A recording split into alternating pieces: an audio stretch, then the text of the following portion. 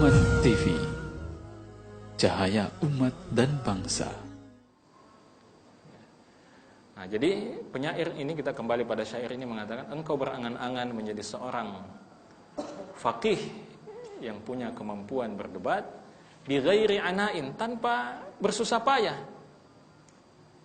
Ya, itu dianggap sebagai satu bentuk kegilaan. Ya, hanya orang gila katanya yang bisa seperti itu. Maka dia katakan fal jununu funun.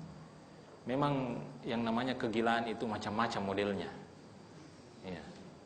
Jadi dia mengatakan orang yang mau jadi seorang faqih munazir tanpa sungguh-sungguh, tanpa berusaha keras, itu salah satu bentuk kegilaan. Maka dia katakan di ujung syair itu fal jununu funun. Ya. Yang namanya sakit gila itu memang macam-macam modelnya. Ini salah satunya ini. Ya.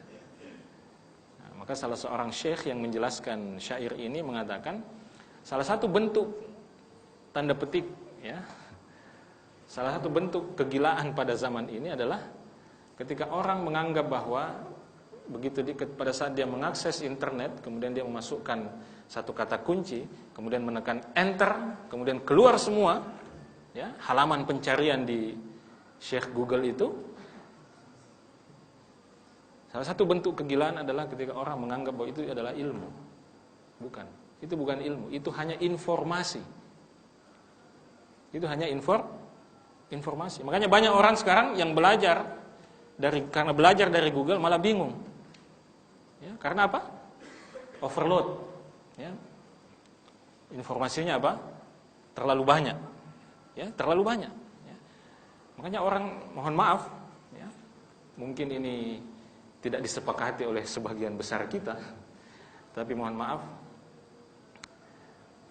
memang di internet itu banyak informasi, tetapi dia tidak sehat untuk proses menuntut ilmu kita.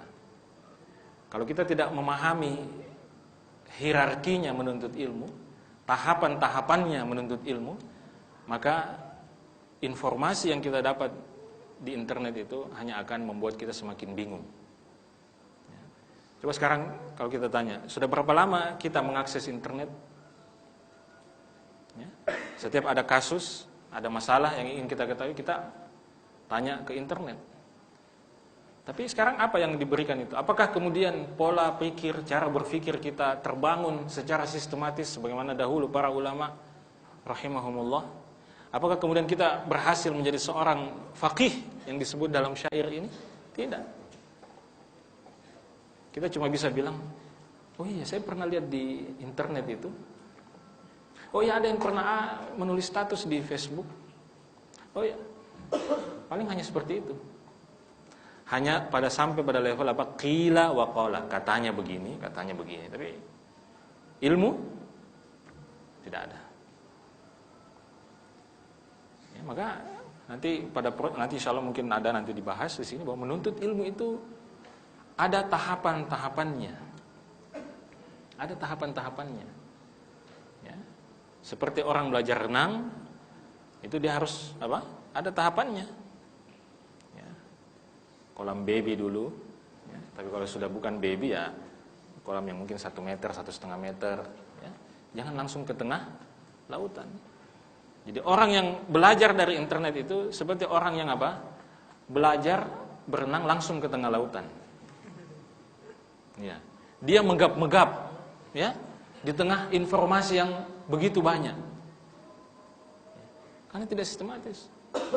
Dahulu ulama kita mulai belajar itu dari ilmu yang sederhana. Dari kitab-kitab yang kecil yang mungkin tebalnya hanya 10 halaman, 15 halaman. Mereka kuasai kaedah-kaedahnya, prinsipnya. Setelah itu naik ke tahapan berikutnya, pelajari kitab-kitab yang lebih luas, baru setelah itu naik ke tahapan berikutnya. Begitu orang belajar itu. Jadi kalau ada yang bingung, kenapa kita sekarang ini ilmu kita begini-begini saja? Karena memang kita tidak mengikuti apa? Mengikuti itu prosesnya. Itu bagian dari adab menuntut ilmu. Ya.